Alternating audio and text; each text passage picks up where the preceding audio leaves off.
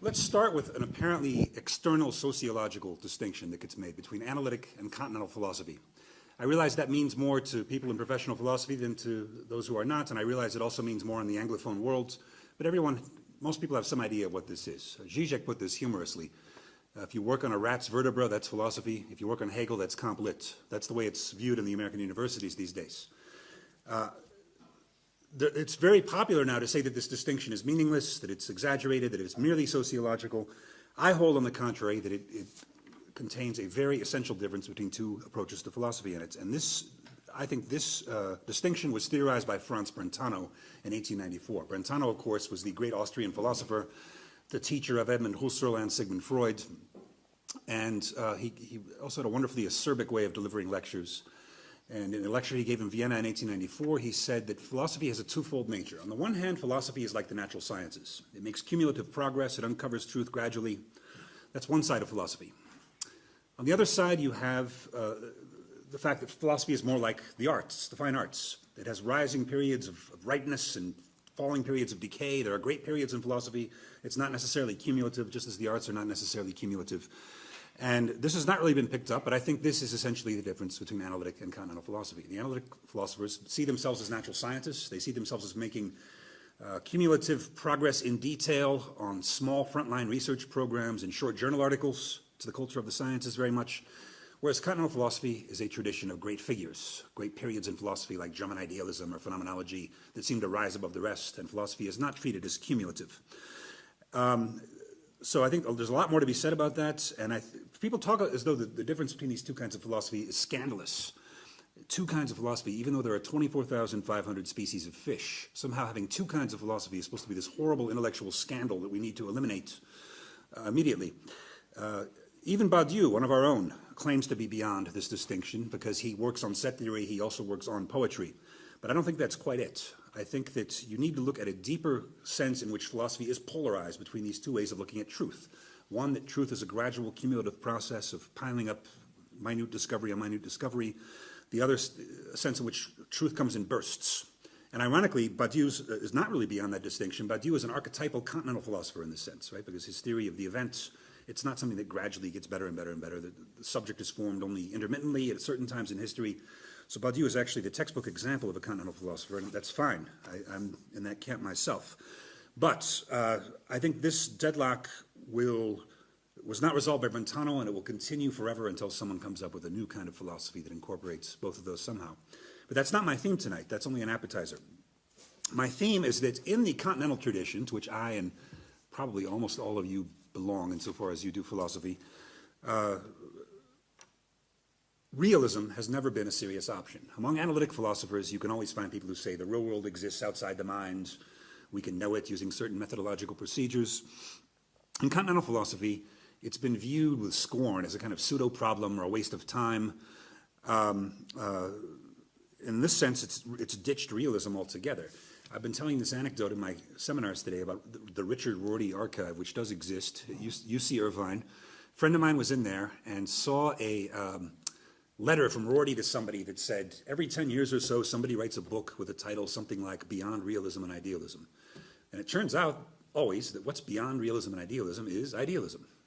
So in other words, you say it's a false problem because we ourselves are the ones who posit the very difference, and so the difference between realism and idealism is already contained in our very addressing of the question. That's an idealist position. A realist position is much more straightforward.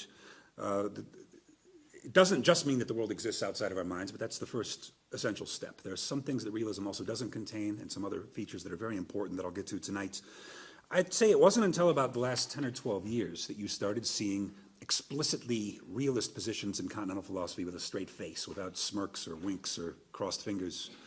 Bruno Latour, for example, one of my favorite philosophers alive today, uses the term realism in Pandora's Hope in 1999, but he doesn't really mean it.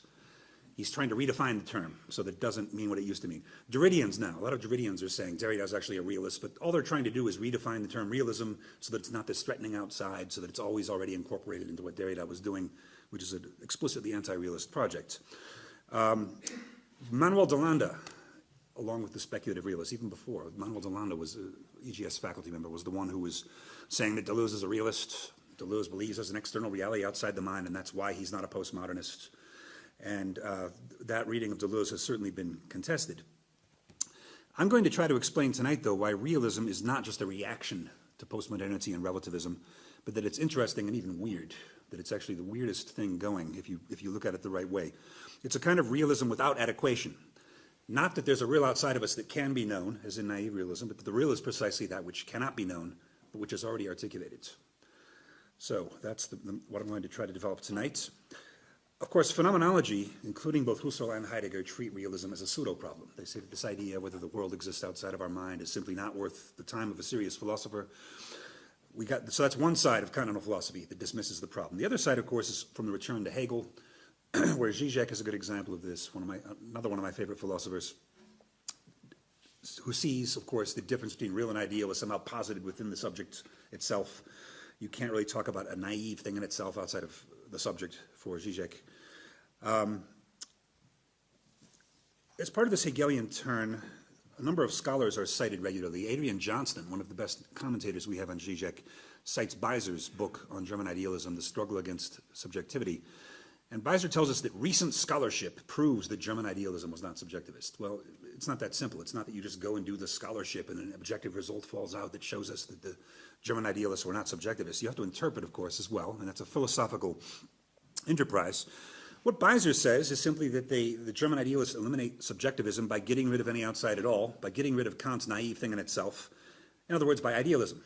So you get rid of subjectivism by idealism, which is paradoxical and it doesn't work. The difference between thought and real becomes a distinction internal to thought, which makes it very strange when all these people accuse phenomenology of being idealist. You hear nothing but contempt for Husserl from these circles, but they're every bit as idealist as Husserl is, as phenomenology is. Now let's talk about Meillassoux for a second. Meillassoux, one of the promising younger philosophers in Europe right now. Meillassoux, in the interview I did with him in the appendix to my book on Meillassoux, accuses Zizek and perhaps Badiou of falling into this concept of the wobbly subject, that there's the traditional Cartesian subject, and there's something outside of it that it can't incorporate. There's this traumatic kernel of the real that disrupts the symbolic universe, in Zizek's case. And perhaps Badiou, he doesn't elaborate on how perhaps Badiou is guilty of this. That's his teacher. And but Meillassoux says a wobbly subject is still a subject, just like a wobbly chair is still a chair. Now it's interesting.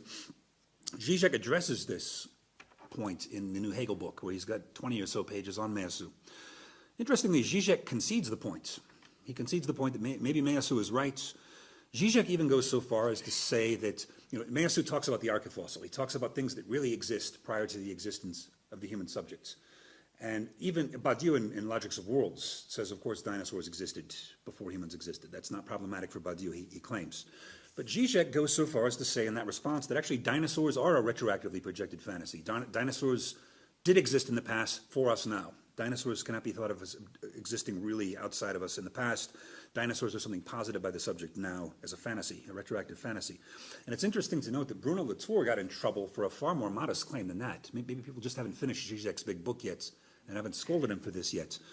What Bruno Latour said in an article some years ago that earned him the permanent contempt of Alan Sokal and his friends is Latour said, we can't say Ramses II, the pharaoh, died of tuberculosis because tuberculosis hadn't been discovered yet. So it's an anachronism to say that he could have died of tuberculosis. That seems like going a bit far to me, but Zizek's saying something even more extreme, which is that we cannot say that dinosaurs really existed in and of themselves prior to the emergence of the subject. And Zizek ends by saying, actually, Meillassoux right, we can't escape the correlational circle. The correlational circle is the circle where you say, we can't talk about a thing outside of thoughts because by talking about it, we're thinking about it. And there's no way out of this circle. This is the path to idealism. It's also the path to what Meillassoux thinks is his own philosophy. Zizek says at the end, we can't escape it. Meillassoux admits at the first stage that we cannot escape it. We cannot just say there's a world out there naively. We have to go through this complicated serpentine argument in Meillassoux' philosophy to get to a thing in itself. But Zizek at the end of this chapter on Meillassoux says, no, we can never get out of it. And he seems to have this idea that Meillassoux is this dangerous, naive realist who thinks we can get outside the subject, and that's bad. That's why he's aiming this critique at Meillassoux. I claim that Meillassoux never escapes the circle either. I think he and Zizek are a lot closer together in their idealism than either Zizek or Meillassoux want to see. What does Meillassoux try to prove? Meillassoux tries to prove that even though there's this correlational circle, we can't talk about a thing in itself because then we're already talking about it, so it's already part of thought. We have to go through this indirect route, and through this indirect route, we find out that there are things in themselves outside thought, according to Meillassoux. But what does he mean by this? All he really means is that the things in themselves outlive us. That's not what the thing in itself meant for Kant. The thing in itself for Kant meant the appearance is right here before us, but we can't get to the reality, the noumenon behind the thing here and now. For Meillassoux, that's not what it means. For Meillassoux, it just means that the thing in itself could have existed a billion years ago, and it could exist a billion years after all humans are extinct. But that's not really getting at the heart of what makes the thing in itself the thing in itself. Because, of course, Meillassoux thinks the real is whatever can be mathematized, very much in keeping with Badiou, his teacher. The primary qualities of things, no one really likes the distinction between primary and secondary qualities anymore. This comes from either Locke or Descartes, depending on who you credit with doing it first. The primary qualities are the qualities a thing has even when no one is looking at them. The secondary qualities are the ones that require us to look at them. So the food in your refrigerator, the taste and the smell of the food is a secondary quality, but it needs you there in order for it to exist. The primary quality will be the matter of which the food is made. That's still there, unless you're Berkeley, even when you're not looking at inside the refrigerator. Meillassoux wants to retrieve this concept of the primary and the secondary qualities, but he says the primary qualities are the ones that can be mathematized. By mathematizing the things, you can get at what is real in them. Now you might ask, and I have asked this, why doesn't this turn him into a Pythagorean, someone who believes that only mathematics exists, that there's nothing outside of mathematical equations, formulae, formalizations? Meillassoux' way of trying to escape this is saying he's a materialist. Why is he a materialist? Because he also believes in dead matter. There's dead matter outside of the mathematics, dead matter outside of us. And he claims there's been this great conspiracy against materialism since Berkeley, that everyone in the modern era has been trying to absolutize the subject. This is what he calls subjectivism. And there are two kinds of subjectivism. One kind of subjectivism is the idealist kind. So Berkeley, in the extreme sense, you've got Hegel, you've got Schelling, you've got other idealist-sounding philosophers, Zizek, people who claim that we cannot really get anything outside the subject because the subject is absolutized. It's not limited, it encompasses the whole of reality. But there's also what he calls vitalists, and that includes me. These people, he thinks, also absolutize the subject because we put the subject everywhere. Because for me, of course, I agree with Kant's point about finitude. I agree that the in itself is unreachable. I simply think Kant should not have restricted this to people. The German idealist move is to say Kant shouldn't have had finitude, that to think of the in itself as already a thought, and therefore we don't have to think of an other that's outside the circle of thought. That's the German idealist move. I think there should have been a German realist turn in philosophy in the early 1800s that was missed, and it could have happened because of Leibniz's influence. It didn't. And that would have been to say that, Kant's right about finitude. We can never get at the things themselves, but objects cannot get the things at each other as things in themselves either. So when fire burns cotton, the famous example of Islamic philosophy, fire is not making contact with the color or smell of the cotton, which are in some sense there. They're only making contact with the flammability of the cotton. And so object relations are just as haunted by finitude as human object relations. I think this was a path that was never taken, could have been taken. Think of it as a kind of combination of Heidegger and Whitehead. You've got Heidegger's withdrawn, ungraspable being, and you've got Whitehead's cosmic world in which all relations are on the same footing. The human world relation is just a special case of the collision of two rocks or a sand grain dropping on the table. It's not some poignant, tragic human fate that we are finite. It's the fate of all objects. Relations never exhaust objects. You cannot define objects in terms of their relations or their effects. Now, so Meillassoux is saying that everything can be mathematized. Meillassoux even says, without irony, that he believes he can deduce absolute and eternal truths. He puts absolute and eternal in quotation marks, but always subtract quotation marks when people put them around key terms. They mean them, they just are trying to distance themselves from the full consequences. Meillassoux thinks he is deducing absolute eternal truths by mathematical means. So you have mathematism. You also have scientism more and more in the continental tradition, and Ray Brassier was probably the first to try this. And the main difference, of course, between mathematism and scientism is that if you're a scientistic philosopher, you can't really claim to have direct access to the absolute in the straightforward sense that mathematistic philosophers can. For Meillassoux, it's one thing for Meillassoux to say he has absolute access to the primary qualities of things with mathematical formalization. All right, I don't agree with him, but he can claim this. If you're Ray Brassier, you can't really say this because scientific theories change over time. Right? Theories are always giving way to other theories, and so it's hard to claim that you ever have the final theory of anything. The way people try to deal with this is by getting into what they call structural realism, which is to say, yeah, the theories change, but there's a mathematical core that stays the same over time. So some of Newton's mathematical insights are preserved in Einstein and so forth. So mathematics is used as the eternal and absolute support of science, which is always failing, always being falsified, always evolving. So one consequence of this scientific view of continental philosophy is it turns into a taxonomy, a division of labor. It says natural sciences deal with reality, and there's also illusions, and literature and arts and history deal with that. Right? It's a division of labor, very bad division of labor. As though science never deals with illusions and as though these other fields never deal with realities. It shouldn't be a taxonomy. It should simply be that all of reality has these two faces. There's the reality it withdraws from us, there's the reality insofar as it becomes present to us, but you can't say that's more or less true in the natural sciences than it is in the arts, literature, or any of these other fields. Now, Brassier distinguishes, following Wilfrid Sellars, between the scientific image and the manifest image.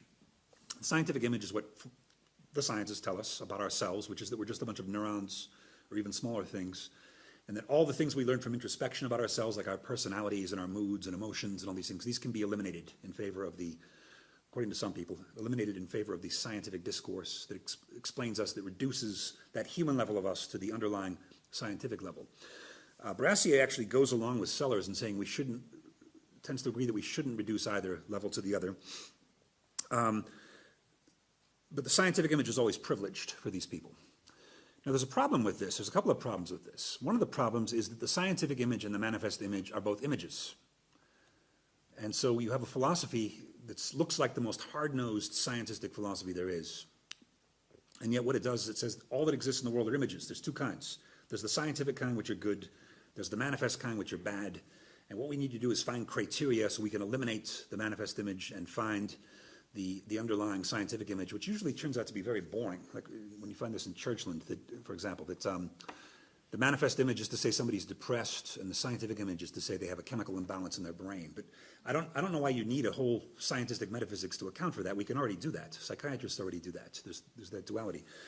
Zizek has some sympathy, of course, for people like Metzinger and these other neurophilosophers, but for him it's only as part of a parallax, right? Because for Zizek there's this irreducible parallax between ourselves as we know ourselves through introspection and the fact that there's nobody home and the gray matter behind the skull. It's not that he privileges either of those, it's that he finds an undecidability between those two.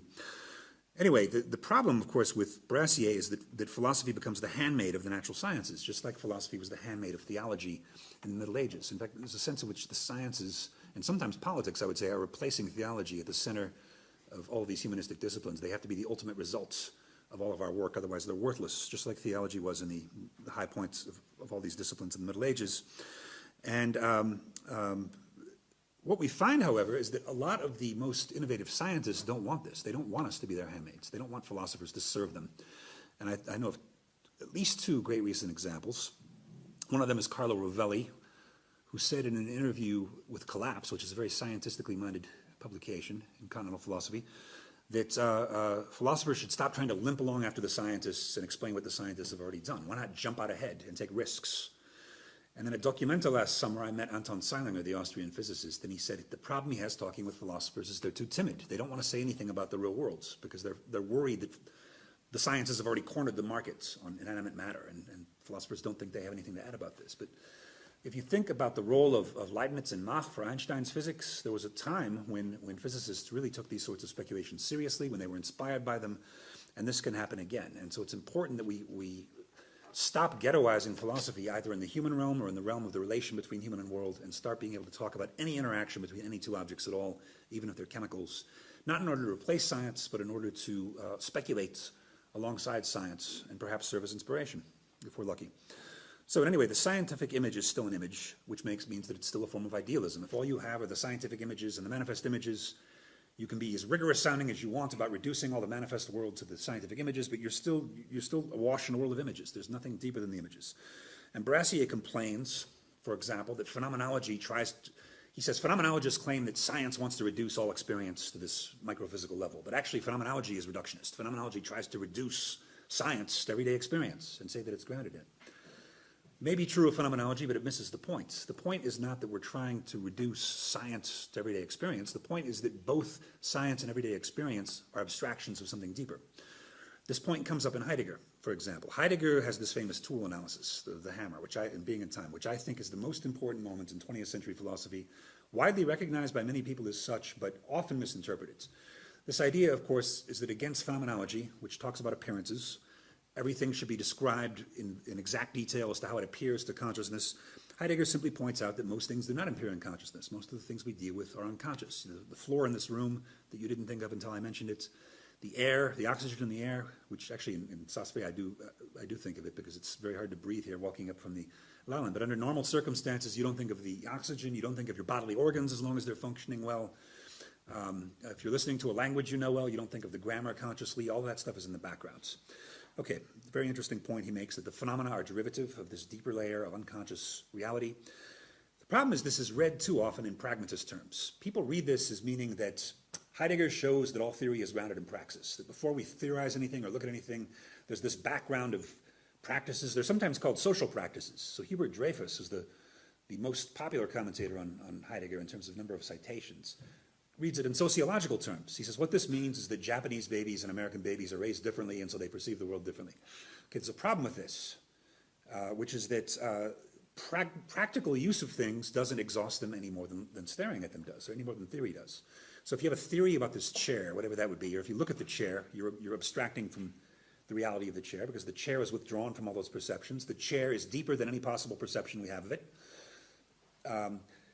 If you're abstracting from that, when you do that, you're also abstracting when you sit in the chair. By sitting in the chair, I'm not exhausting all of its features either. A dog could smell things in the chair that I cannot smell. A mosquito can detect perhaps electromagnetic vibrations coming off the chair, whatever mosquitoes do. The mosquito has some access to the chair that I don't, and so forth. So you cannot say that either practical or theoretical dealings with things exhaust them. And this, I think, is the real insight of Heidegger that needs to be pushed even a step further. So first of all, what Heidegger is really showing us is not that praxis is deeper than theory, but that objects are deeper than both praxis and theory. Those are both forms of abstraction. And you have to push it one step further, which strikes some people as crazy, and say that this is true of all relations. It's not just that human praxis and human theory has this special tragic fate of oversimplifying things, of reducing things to translations or caricatures of their true being.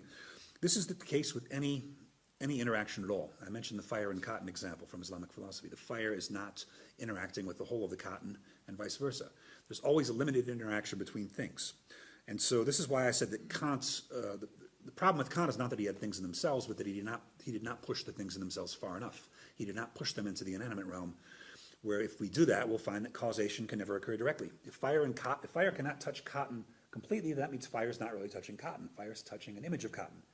So you get what I call vicarious causation, or indirect causation. It's not just that people sometimes complain about representationalism in philosophy, that I can't see the microphone directly, I'm seeing a representation. I think that's actually true, but it goes further than that. It's that the microphone and the table can't encounter each other directly. The microphone and the table have to interact through a caricature of each other. And so any two real objects have to be mediated by what I call a sensual object. There are two kinds of objects. The real is mediated by the sensual is mediated by the real, which is even easier to see. I'm not seeing the full being of the microphone, I'm not seeing the full being of the glass. These are images. What mediates the two images? It's obviously me as a real entity that is encountering both simultaneously. Otherwise, they have no relation to each other. I'm the mediator for these, and this is the mediator between me and the real microphone. And you have to universalize this so it's not just about humans. So already we're getting a strange sort of realism, and this means that the real cannot be accessed directly. All of these mathematistic and scientistic versions of continental philosophy that are becoming so popular these days hinge on being able to have a privileged mathematical or scientific access to reality. And it's succeeding to some extent because continental philosophy has been so anti-science in sort of a weak way for so long that the return of the repressed, the mathematics and science are coming up and getting more status than they deserve, perhaps. Because I think indirect access to reality is perhaps even more powerful and more important. And I hold that you cannot paraphrase the real. You cannot paraphrase the real by trying to turn it into some set of properties that correspond to that real. More about that in a second. But I do think that unlike the sciences, which are under pressure to paraphrase things, and by paraphrase I mean electron is just a nickname for all the facts that we know about electron, right? An electron is not something over and above all those facts. That'd be a typical way of looking at scientific truth. Electron has the following 54 features, it's probably not even that many, 6. And that defines what an electron is. An electron is nothing more than a nickname for all the features it has. The sciences are under pressure to do that, because the sciences are under pressure not to posit hidden entities behind what can be measured of them. But if you think about the arts, the visual arts and literature, exactly the opposite pressure is at work. You're not going to literary critics have known for a long time that you cannot paraphrase a poem. You cannot state the meaning of a poem in prose terms that exactly replicates, exactly translate without information loss what the poem means. If you try to do this, you'll find that it's impossible. There's a certain excess, a certain surplus in the poem that is non-discursive, that cannot be brought into the realm of propositional discursive statements. In the case of artworks, you would not, unless you're doing it as a deliberate Dadaist exercise, you're not going to go into an art gallery and replace each of the works with a typed prose description that, there used to be a painting here by Picasso, and this is what he meant by it, this is what he was trying to do by it. This would be a very clumsy maneuver, unless you were doing it deliberately, and then it's a more complicated structure already that would have to be analyzed. That's why I wrote a notebook for Documenta last year called The Third Table. And what I was doing there's this famous set of lectures by Eddington, the physicist who verified Einstein's general relativity with his eclipse observations. This is what made Einstein world famous. And Eddington then went on to give the Gifford lectures in Edinburgh, in which he talked about two tables. There are two tables here, he said, not one. There's the scientific table, which is mostly empty space, and it's just particles swarming around. It's not really a solid thing at all.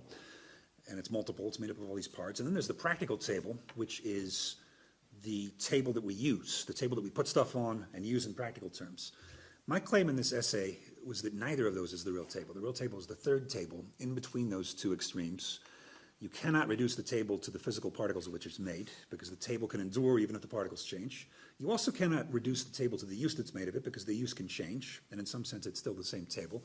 So you have to get at the third table. You cannot get at the third table by direct means, because the only direct means for describing the table are to talk about what it's made of, or to talk about what it does. And neither of those gets at what the table is, because the table is more than what it's made of, and the table is less than what it does, because it can always do other things than the ones it's doing now. And I held in this little essay that the arts are more aware of this already. You're not going to do either of the extremes in the arts. You're not going to say, my sculpture is composed of 74% marble, 20% such and such, and 5%. You lose it as an artwork then, unless that's part of the artwork, which is again a more complicated. You might imagine an artwork that's structured that way, but in most cases, no. You're also not going to say this artwork is identical to my feelings about it, or to your feelings about it, or to the way it's currently positioned in this gallery right now. It's something more than that. It's something that's durable, that can be moved around to different shows, that can sustain different interpretations. I'd say the better the artwork is, the more interpretations it can sustain. In literature, I would guess that Hamlet can sustain a lot more interpretations than Batman, because he's a richer character, precisely because he's less reducible to the different things that could be said about him. And interestingly enough, there are two senses of critique that mean exactly the opposite thing. And this is what Hegel calls the speculative words, right, that have opposite senses in German.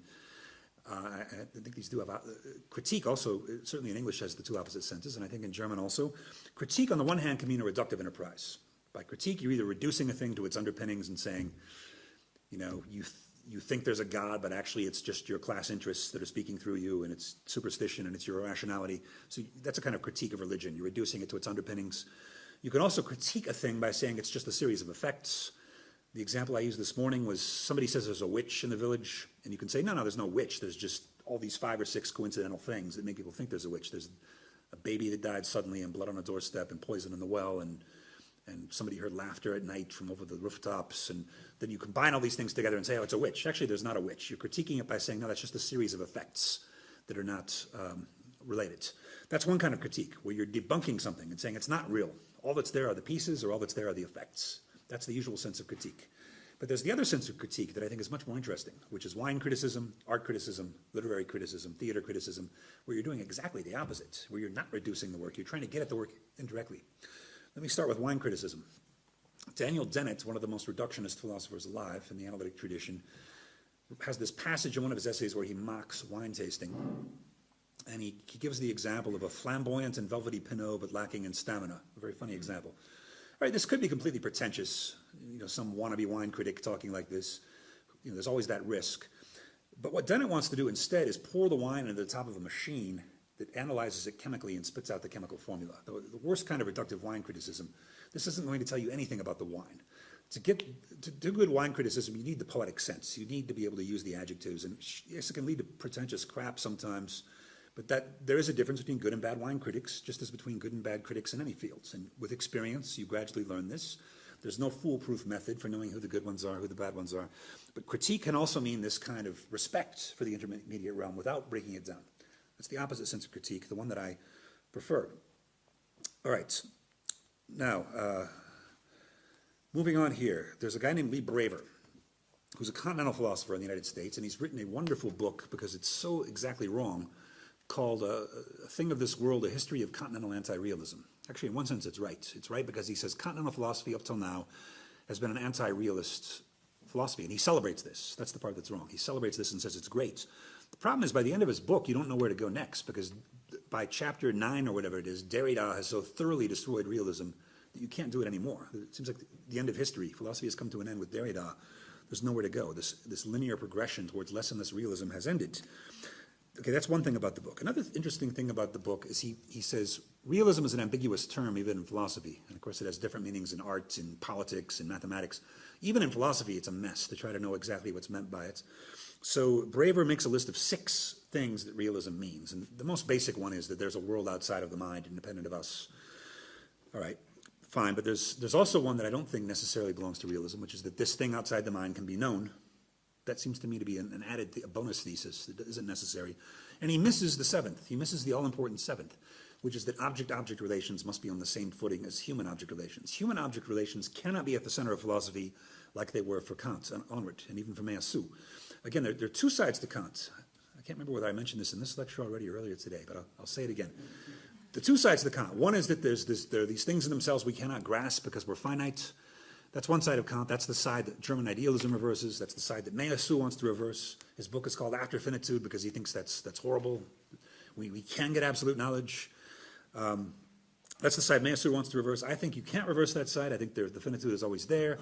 What you can reverse is the human world priority, so that in a Kantian framework, there's no way to talk about 2 billiard balls colliding in themselves. You have to say, what is it like for us when 2 billiard balls collide as a phenomenon for us? Cause and effect is a category of the understanding for Kant, and so you can't say that the 2 billiard balls really interact outside of us at all. I think that's the side that needs to be reversed, and that's why I said German realism, not German idealism. This kind of global theory of things withdrawing from each other and interacting only indirectly. All right. I would say actually the Whitehead reverses both of those in Latour too. That's why their philosophy is very different. They try to reverse the finitude, and they also try to reverse the human world priority. Okay. So I hold that objects are the starting point of philosophy, because I hold that the real is there. For Heideggerian reasons, I hold that the real withdraws behind any of its present-at-hand configurations, any of the way it appears to us, and not just the way it appears to us in theory or praxis, but the way objects appear to each other in their relations. That there's something deeper, there's a surplus in the things. Why do I talk about objects? Why don't I just talk about an undifferentiated lump that the human mind carves into objects? As Levinas sometimes says, as Jean-Luc Nancy sometimes says, as even Metzinger says. Metzinger, this hard-nosed philosopher of neurophilosophy, says that in itself the world is a quasi-liquid holistic network, which, fine, that's a fine idea, but I can't imagine that someone like Metzinger, a hardcore scientific eliminativist, is saying something like this. The world is a quasi-liquid holistic network without objects in it. It's not your old-fashioned philosophy of science. The world as a whole, it only gets carved up later by our concepts. You know, Bergson says things like this. You won't expect Metzinger to say it. Okay, so objects is the starting point of philosophy. Individual objects already articulated that withdraw from their relations. This in itself is not a completely new idea, because Austrian philosophy, from Brentano through Meinong and Twardowski up through Husserl, already took objects to be the central theme of philosophy. Why? Well, because philosophy is supposed to be universal. It's supposed to be able to talk about everything, and objects seem to them like the most universal thing you can talk about. You can talk about real objects, imaginary objects, square circles, centaurs and unicorns. Any of these things count as objects in a certain sense. And now we've got Tristan Garcia coming in French philosophy, the young French philosopher in his early 30s who will publish his huge book in English early next year. It's already out in French, Forme et Objet. And he comes very much from this standpoint, post-Meinongian philosophy, that everything's an object and could be analyzed as a flat ontology on the same level.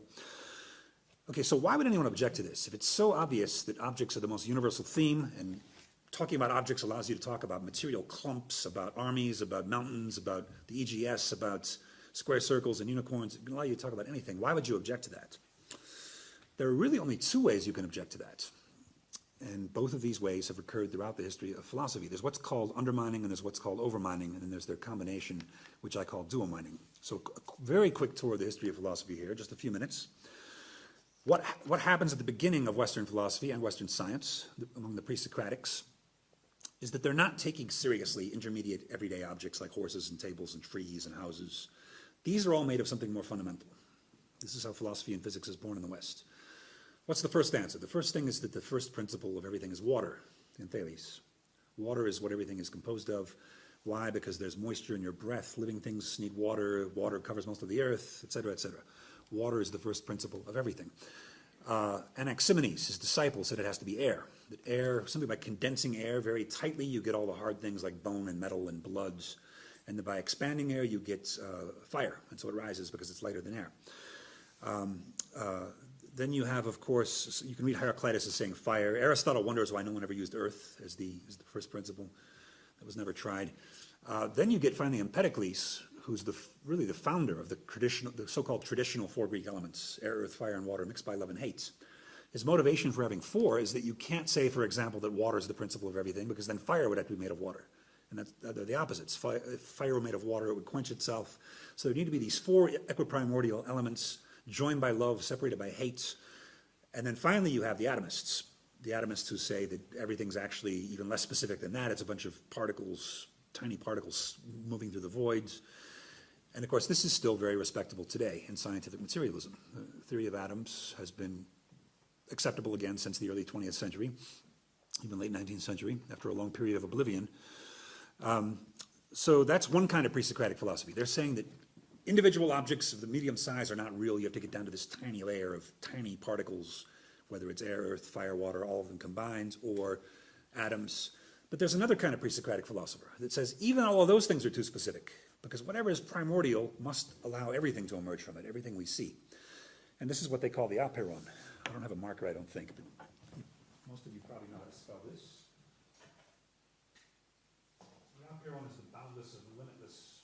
You can think of it as a kind of infinite lump that everything emerges from and passes back into. And the debate here is, what is the status of this apeiron in time? Did it exist in the past? Does it exist now? Will it exist in the future? So you've got some philosophers who think that there was an apeiron. There was this individual, infinite, unarticulated lump at the beginning of time, and it broke into pieces somehow to give us all the objects we see. And for Pythagoras, this happened when it inhaled void. It sucked in, and this created bubbles, and it split the world up into individual things. In the case of Anaxagoras, it was because a very powerful mind started thinking, it started rotating the apeiron very rapidly, it started vibrating, it started breaking into pieces, and that's why we have individual objects. Then you've got Parmenides, who thinks it's here now. He calls it being. Being is, non-being is not. So why do we see all these individual things? Our senses are deceiving us. If you use reason, if you use the logos, you'll see everything's one. And Zeno's paradoxes are in many ways designed to support this theory. This motion cannot happen because of the following paradoxes. Change cannot happen. And then you've got Anaximander, the first of the apeiron theorists, who says it will exist in the future. The existence of opposites, such as hot and cold, justice and injustice, rich and poor, these will be eliminated over time, gradually, and you'll end up with this indeterminate whole that doesn't have any properties in particular. And this was probably an influence on Marx and the end of the class structure over time, since Marx did write his PhD thesis on these early Greek philosophers and knew them very well. So that is also around today. Scientific materialism follows this one kind of pre-Socratic that breaks things down to particles, and that's very respectable today. But on the other end, we have these philosophies of the pre-individual, like Simondon or the early Levinas, people who think that there was this inarticulate thing that somehow got broken up, or it's a pre-individual thing anyway. It might not be fully homogeneous lump, but it's a pre-individual thing. It's before individuals are articulated. So you see both of these today. These are both undermining kinds of philosophy. As far as the other kinds, undermining theories, you tend to see them in the sciences. Overmining theories, you tend to see them in the humanities. These are the ideas. If undermining says objects are too shallow, objects are so shallow, how could you believe in horses and trees? Obviously, there's smaller things that they're made of. Objects are too shallow. The overmining theories say objects are too deep. Why do you need a theory of objects? There's just events, or there's just language, or there's just appearances, or there's just networks of power relations, or there's any mathematizations. That's all that really exists. There's this surface that's not hidden from us. It's accessible to us. These are the overmining theories, the theory that you don't need to go deeper than appearances. That there's something is already immanent to us. All the philosophies of immanence that are so popular now are overmining theories. Bergson's matter and memory, in which everything that exists is an image. That's a kind of overmining theory. And so that's the exact opposite in some ways. Bruno Latour's idea, my favorite living philosopher, but still I disagree with him completely on this point. This idea, a thing is nothing more than its actions. There is no thing hidden behind its actions. A thing is nothing more than whatever it transforms, modifies, perturbs, or creates. There's a problem with both of these. The problem with the undermining theory I hold is that it cannot explain emergence. Since it's reducing everything to the tiniest stuff of which it's built, it cannot explain the fact that things are robust to some extent to changes in their pieces. The atoms are leaving your body constantly and being replaced by new atoms from the food you're eating. It doesn't mean you're a different person, does it? Just because you lose a few atoms here and there. It would make no sense to call you a different person. It would make no sense to call the EGS a different institution every time somebody leaves or arrives. Leibniz didn't think the Dutch East India Company was a real entity because it's an aggregate made of different parts. Why isn't the Dutch East India Company every bit as real as an atom? It didn't last as long, but it had a certain durability. Some of its ships could sink and it could replace them. It's still the Dutch East India Company within certain limits. There can come a point at which a thing changes too much, but within certain limits, a thing can withstand certain changes in its internal pieces, but a thing can also withstand changes in the effects it has in its environment. If I move myself 1 meter back from the rest of you, you're not going to say I'm a different person. That does follow, though, from theories like Latour's and Whitehead's, because everything is a giant relational network, and as soon as you change your place in the network, you've changed completely. The problem with overmining philosophies is that they cannot explain change, I hold. Aristotle already saw this. If I am nothing more than my effect on all of you right now, and the effect on my family members who are thinking of me, my effect on the atmospheric oxygen now, and my banking things going on, if I'm nothing more than my effect on those other things, how can I be different 5 minutes from now, or a year from now, or 10 years from now? There must be something in me that's a surplus, that is not fully inscribed in my current actuality, that is not fully expressed, that might never be expressed. Maybe I'm really, really good at something and I don't. Maybe I'm the best marksman. I've never fired a gun in my life. Maybe I'm the best marksman and I've never tried it and will never try it. And so I'll never activate this side of me. But it could be there as a surplus that is not expressed now or in any past period of my life. So that's the problem with both of these, undermining and overmining. And these are basically the only two strategies for getting rid of objects. You either say objects are too shallow or they're too deep. Those are the only two things you can say to critique it. The funny thing is that these two usually enter into conspiracy with each other. They support each other, they're parasitical off of each other because they need each other.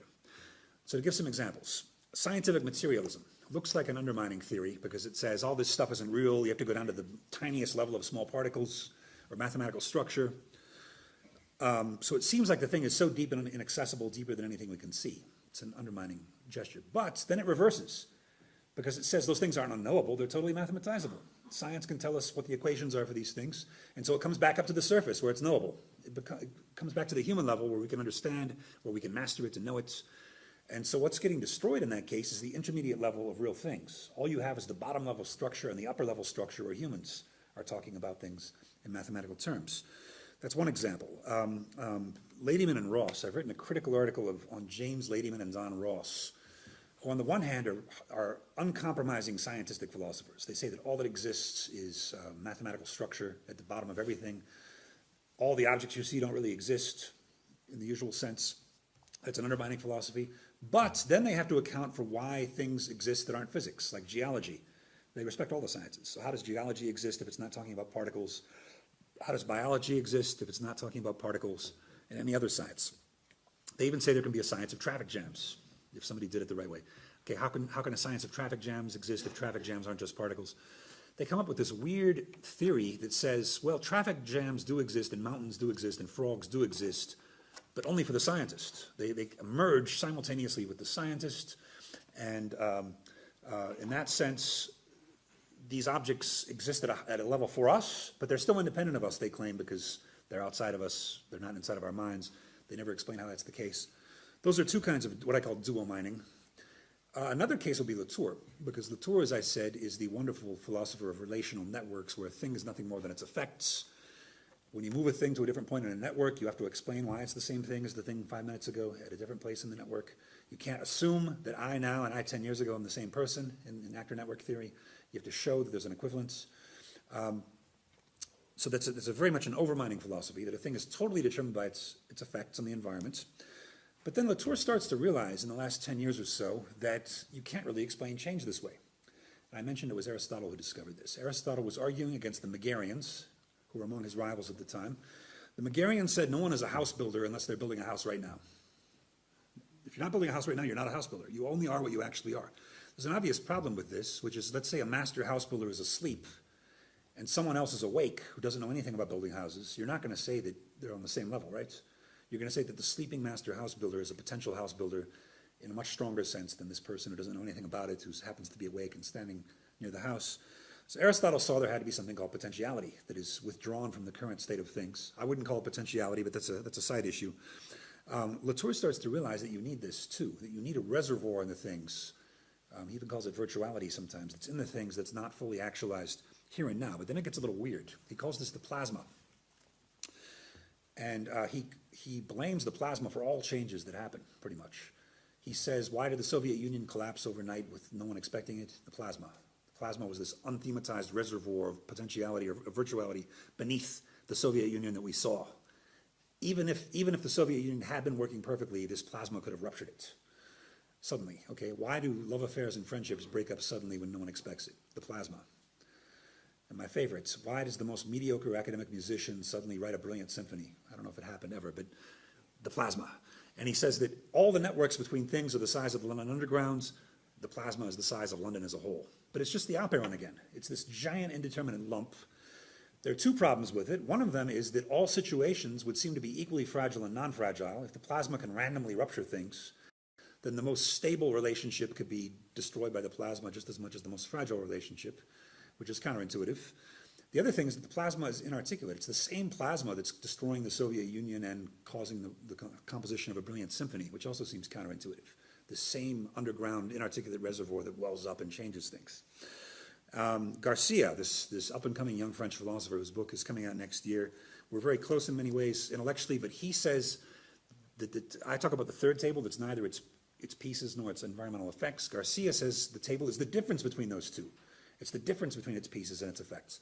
The problem with that is that means it's oversensitive in both directions. That means the table changes if its atoms change or if its position changes.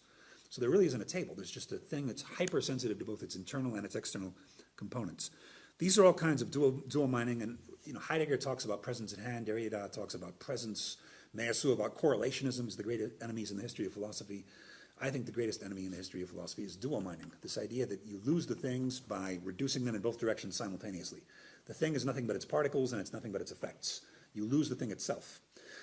And philosophy was meant as an attack on this, as my argument. Philosophia means love of wisdom. It means you're never getting at the thing. You're getting closer to the thing, you love the thing, you're getting at wisdom. Socrates never defines what virtue is. He asks for the definition, but he never gets one. You're approaching it somehow. But you cannot explain a thing either by decomposing it into its elements or by talking about how it affects other people. Philosophy is trying to get at that third table. It's trying to get at philosophy, and I would say the arts. This is their hidden union.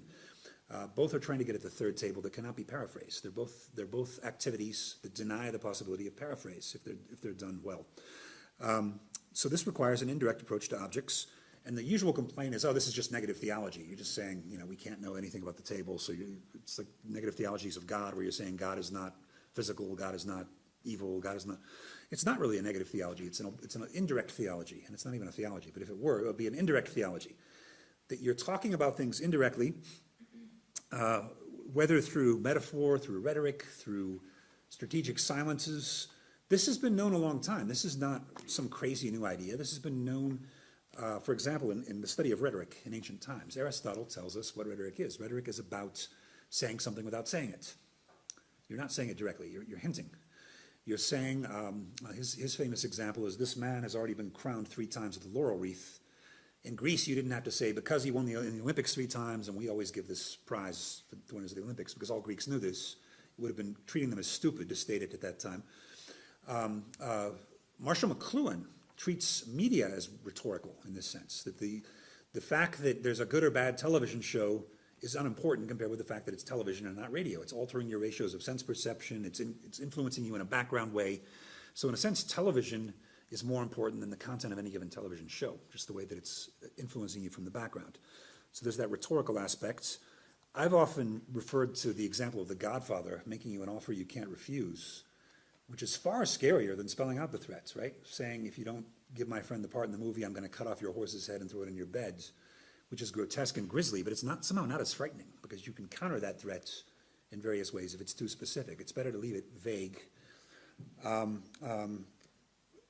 Metaphor also, this has been known by a number of critics, cannot be paraphrased in discursive terms. You cannot say, here's what this metaphor means. Any attempt to paraphrase it is doomed to fail, because there's always a surplus in the metaphor, a surplus in any artwork that is going to elude that sort of prosaic description. And so this is another way in which all of these examples of indirect communication, indirect access, are better examples for philosophy than mathematism or scientism, which claim to be able to replace a thing either with a matheme, mathematizable formula, or with scientific discovery. Okay, now, very quickly, we're doing okay, right? Got another 5 minutes? Just to wrap up then, there have been three schools of philosophy, perhaps, that have avoided this dual mining by focusing on the reality of individual things. The first, of course, being Aristotle's, where he's the first to say that the primary substance is an individual thing. And that was risky because Aristotle was the first to say that the primary substance is destructible. For all these earlier philosophers, the pre-Socratics, who think that water is the primary thing, water cannot be destroyed, atoms cannot be destroyed, Plato's perfect forms cannot be destroyed. Aristotle was the first to say that the ultimate constituents of reality can be destroyed. You've got horses, they can be killed and the bodies can rot. So individual things are the primary reality for Aristotle and for his followers, such as Leibniz and the scholastics. The problem being that Aristotle tends to privilege natural things over unnatural things. That Aristotle, and especially Leibniz, Leibniz says a person is a thing, but a circle of people holding hands is not a thing. The Dutch East India Company is not a thing. A weird example, a diamond is a thing, but a pair of diamonds glued together is not a real thing. Which is strange because even one diamond takes a lot of work. It's very artificial to polish it and cut it the right way. So that's the problem with that school, in my opinion, is that Aristotle cannot account for compound objects or artificial objects, technological things, social objects, such as armies, countries, societies, all of these things, friendships. Then you've got Latour and Whitehead. Latour and Whitehead are a bit broader. They're able to account for any kind of entity, including artificial ones, including very large ones, including imaginary ones, but they tend to over-relationize things. They boil things down to the relational effects they have on other things, don't see this surplus that's there. Then finally there's phenomenology, and I'll talk very quickly about the two kinds of objects. I mentioned Heidegger already, that he's trying to say there's something deeper than phenomena can access. There's a deeper reality, a deep object that's withdrawn from the surface of appearances. But there's also Husserl, who, even though he does look like an idealist, who does look like there's nothing beyond the appearances, does make a decisive breakthrough in the history of philosophy against empiricism. Empiricism tells us that there are no objects in experience. There's just qualities. There's attributes that get bundled together by habits. So there's not an apple in your hand. There's red, cold, sweet, hard, juicy, spherical. And because I see those things come together so often, I say, oh, I'm going to invent a nickname called Apple, which is shorthand for all these attributes. But really, it's just habit that makes me think that there's this thing called an apple that's there and the same all the time. Phenomenology totally overturns this. It reverses it. It says the thing comes first and the attributes come second. Revolutionary step. Why? Because Husserl notices that you don't turn the apple in your hand and say, here's a series of closely connected appearances that resemble the one of a millisecond ago. Therefore, it's probably the same thing of a series of appearances that link them all together. No, you don't say that. You say, this is the same apple, and I'm seeing different parts of it at a given time. And the whole point of phenomenology is to analyze each appearance and figure out which of those qualities can be dispensed with and which of those qualities are essential, which of the qualities are essential to the thing. So you have these sensual objects in Husserl that have sensual qualities, but they also have real qualities because they have qualities that they need in order to be what they are. The apple doesn't need to be seen from precisely this angle, but there are certain features it needs in order to be an apple. You can't explode it into a million pieces and still have it be an apple, for example. It has to have a certain physical integrity, to give one example. So you've got Heidegger's real objects, which are hidden. You've got Husserl's, he calls them intentional objects. I call them sensual objects. It's a better name, which do not exist outside of our access to them, because I can analyze, in phenomenology, I can analyze a unicorn that appears in my hallucinations. I can analyze myths and delusions and these sorts of things. So you have two kinds of objects and also two kinds of qualities, because the real object also has its real qualities. I won't draw this on the board. You can read my book, The Quadruple Object, if you want to see these diagrams. But there ends up being a tension between the two kinds of objects, the two kinds of qualities, and I argue in the book that this is where time, space, essence, and eidos are generated from. They're generated from, these are not pre-existent continua, they are generated by the tensions between objects and their qualities. And so, whereas most kinds of philosophy try to collapse differences, tries to collapse a real thing into just a series of appearances, or it tries to collapse an apple into its attributes that we can see, object-oriented philosophy is about examining the tension between all objects and their qualities. It's about polarizing things. It's about playing with those and seeing what happens when a thing is in tension with its qualities, when it cannot be reduced to them. Now, I also should have said that one of the implications of Heidegger's theory, since things withdraw from each other, I did say this at the beginning, since things withdraw from each other, you wonder how they can make contact at all. Right? And the classical solution for philosophies that think objects can't make direct contact is what's called occasionalism. It's to say that God it enables the contact. This started in Islamic theology, where some of the rather extreme conservatives held that it's not just blasphemous to say that other things are creators besides God, it's also blasphemous to say anything is a causal agent other than God. So to say that I pick up this glass is blasphemy, because only God can be the causal source of everything. And so my seeming to touch this glass is simply the occasion for God to raise the glass. This was originally an Islamic position, brought into European philosophy because of Descartes, because of the distinction between the two substances, the physical and the mental. How could they possibly touch each other? They can't unless God is coordinating the two. There's not really a body-body problem for Descartes. It's a mind-body problem. The body-body is okay for Descartes because he thinks of it as one giant physical thing. There's not really gaps there. But Malebranche, his great disciple in France, also brings God back in for body-body interactions. All right, now you might laugh at this. You might say, okay, this is very quaint, but nobody in the Western world really believes that God is intervening and picking up water glasses and things like this. So what's the point? It's the kind of thing that undergraduate students make fun of when they learn about it. All right, fine. Actually, some of my students in Egypt do hold to some version of occasionalism. But in the Western world, it's true that nobody does, for the most part. But notice that we still believe in a version of this.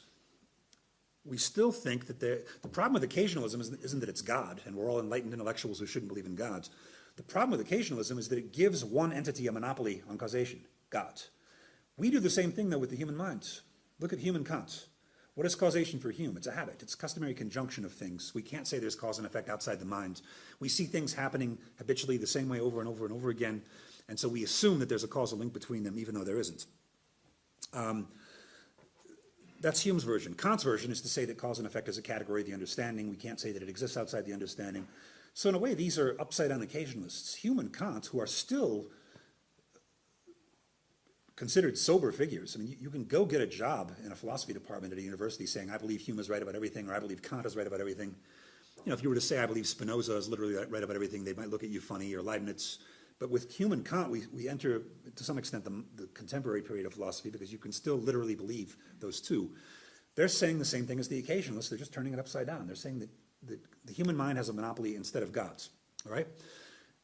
Whitehead even resurrects the God parts. Whitehead even says that you know, I'm seeing this guy's white shirt, but actually all the different colors of the rainbow are in his shirts. And if I were more intelligent like God, I would prehend all of those colors in him. Instead, I'm very limited in my comprehensions, and so I'm only seeing white there when there's actually a multitude of colors. So everything goes through God. All the relations go through God for Whitehead, which is very bold in the 1920s to say something like this. Latour, though, pushes it a step further. Latour, who's in many ways an heir of Whitehead intellectually, secularizes occasional causation. He secularizes it. I'll explain what I mean. Latour, despite being in many ways more religious on a personal level than Whitehead was, never appeals to God in his metaphysics like that. Latour is never just going in and pulling God in to solve problems, the way Whitehead does with relation. What Latour says is that any two things are mediated by a third thing locally. And his famous example from Pandora's Hope is saying, who links politics with neutrons? Who would have thought that politics and neutrons had anything in common? Nobody thought that. There weren't even neutrons were not discovered until 1929. And then for a few years, nobody thought they had a political connection. And then finally, Frédéric Joliot, the French physicist, the son-in-law of the Curies, said, politics and neutrons are connected. We need to start our atomic bomb project very fast before Hitler gets his. And so he was the first, at least in France, to establish a connection between politics and neutrons. And so Latour says that means it wasn't God or the human mind. It was one particular person, Joliot, who connects politics with neutrons by showing that there's a link. There's a big, big problem here, though, that I mentioned in my seminar, which is that if politics cannot touch neutrons, then why can Joliot touch politics and why can Joliot touch neutrons? You just push the problem a step back further, and you can analyze that a bit. You can say Joliot touches neutrons with some kind of scientific instrument. How does he touch the instrument? With his eyeball. How does he touch his eyeball? With the nervous system. How does Joliot touch his own nervous system? And Latour cuts off this infinite regress through a pragmatic strategy. He says you stop when it's no longer interesting. So you can analyze it as far as it's interesting, and then you can give up whenever you want, because it's boring to ask how Joliot touches his nervous system. It's a purely medical question. The problem is that doesn't solve the problem. That allows you to cut it off and not bore people, but it doesn't solve the problem of how any two things can make contact. The reason this happens for Latour is because Latour has a flat ontology, meaning all actors are on the same level. They're all of the same kind. There's no difference between a human and a canoe and a unicorn and Popeye, and all these things are on the same level. And so therefore, any two actors you pick, you have to put a third term in, and then you have to put a third term in between those, and another between those, and another between those. and it becomes like Zeno's paradox, where you can't walk to the door because there's always an intermediate point between where you are and the door, no matter how close you get.